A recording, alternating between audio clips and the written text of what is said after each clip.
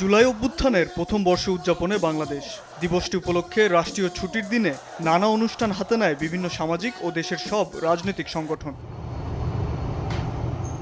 এসবের মাঝেই ৫ আগস্ট দুপুরে সামাজিক যোগাযোগ মাধ্যমে ছড়িয়ে পড়ে কক্সবাজারের একটি হোটেলে বৈঠকে বসেছেন এনসিপির কয়েকজন শীর্ষ নেতা। কক্সবাজার বিমানবন্দর কর্তৃপক্ষ জানায়, বাংলাদেশ বিমানের 11:15টার একটি ফ্লাইটে কক্সবাজারে অবতরণ করেন এনসিপির নেতারা। কিছুক্ষণ পর দুপুরের দিকে বিভিন্ন গণমাধ্যমে পিটার হাসের সঙ্গে তাদের বৈঠক নিয়ে খবর প্রচার করা হয়। তবে বিষয়টি গুজব বলে উড়িয়ে দেন দলটির মুখ্য সমন্বয়ক নাসির উদ্দিন পাটোয়ারি।